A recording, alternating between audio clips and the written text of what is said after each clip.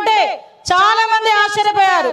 నేను చేసి చూపిస్తా, కడప అన్నది ఎవడప్ప సొత్తు కాదు, ఇది తెలుగుదేశం పార్టీ అడ్డా అని ఆల్రెడీ నిరూపించున్నారు.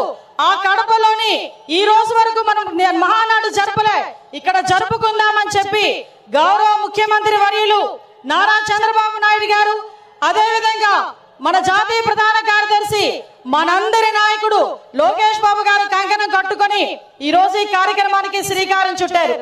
సాధారణంగా 5 ఎలక్షన్లు అయిన తర్వాత, ముఖ్యమంత్రి అయిన తర్వాత ఒక 5 సంవత్సరాల గురించి ఆలోచించి రాబోయే ఎలక్షన్ల గురించి ఆలోచించేవాడిని పొలిటికల్ లీడర్ అంటారు. అదే ఆంధ్రప్రదేశ్ రాష్ట్రం గురించి, ఆ భవిష్యత్తు గురించి 20 సంవత్సరాల తర్వాత ఏం జరగబోతుందో ఆలోచించే వాళ్ళని విజనరీ లీడర్ అంటారు. అదే విజనరీ లీడర్ మన ఎదురుగా కనిపిస్తున్న 6 అడుగుల మన చంద్రబాబు నాయుడు గారు తెలుగుదేశం పార్టీకి నిలువెత్తు రూపంగా ఈ రోజు మనం భావించుకోవాలి. ఎందుకో చెప్తున్నా, 75 ఏళ్ల వయసు, 40 ఏళ్ల రాజకీయ చతురత, 40 ఏళ్ల రాజకీయ అనుభవం, ఈ రెండు మేళవించుకొని సుమారు